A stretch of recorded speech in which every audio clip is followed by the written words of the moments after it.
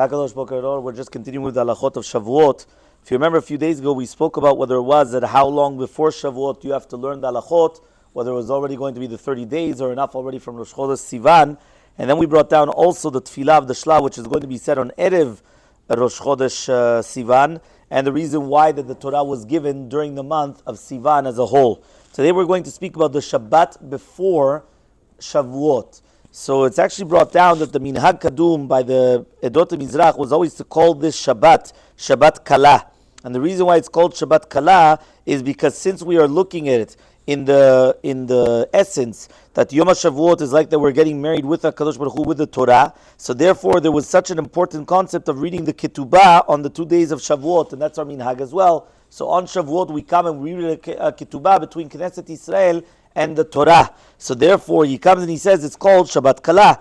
During this Shabbat there was many different minhagim about trying to arouse Bnei Yisrael to come to do teshuvah and to become closer to the Torah, to accept upon themselves the Ol Torah. That is going to be one name which is called for the Shabbat before Shavuot. Another concept which is what is called, there's actually the Admor Mikotsk, that he said that the Shabbat before Shavuot, right, is going to be what we call Shabbat Derech Eretz. He says, why is it called Shabbat Derech Eretz? He says, because since Derech Eretz kadma la Torah, and obviously now we are receiving the Torah on Shavuot, so therefore on this Shabbat we have to strengthen ourselves even more in Derech Eretz, right, between Ben Adam Lechavero and so on and so forth, even more than all the other Shabbatot. Anyway, from now until then, if you remember, we read the Pirkei Avot the entire 6 weeks until we get to Shavuot. But when it comes to the Shabbat before, this is a special time that we're going to strengthen ourselves in that as well. So here are two different things. What do we call the Shabbat before Shavuot? The last halacha is going to be Shloshet Yimei Hagbala.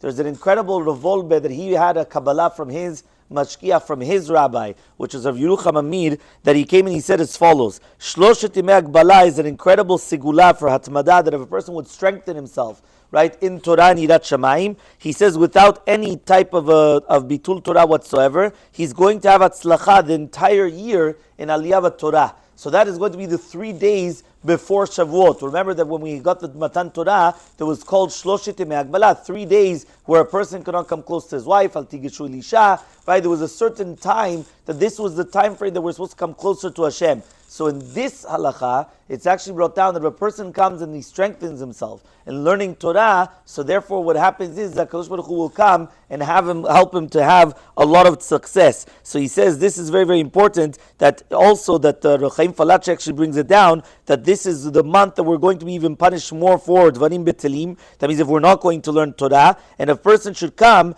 and during the Shlosh Yimei Hagbala, when they're going to come and they're going to be learning, is going to be Zocheh to Era Gedolah. That's what's brought down in the Or Letzion, that when they're going to accept upon themselves the Kiddusha of Chag HaShavuot. So obviously here we're speaking about the importance, whether it's the Shabbat before Shavuot and also the 3 days before Shavuot, in order to understand the importance of what it is, the receiving of the Torah.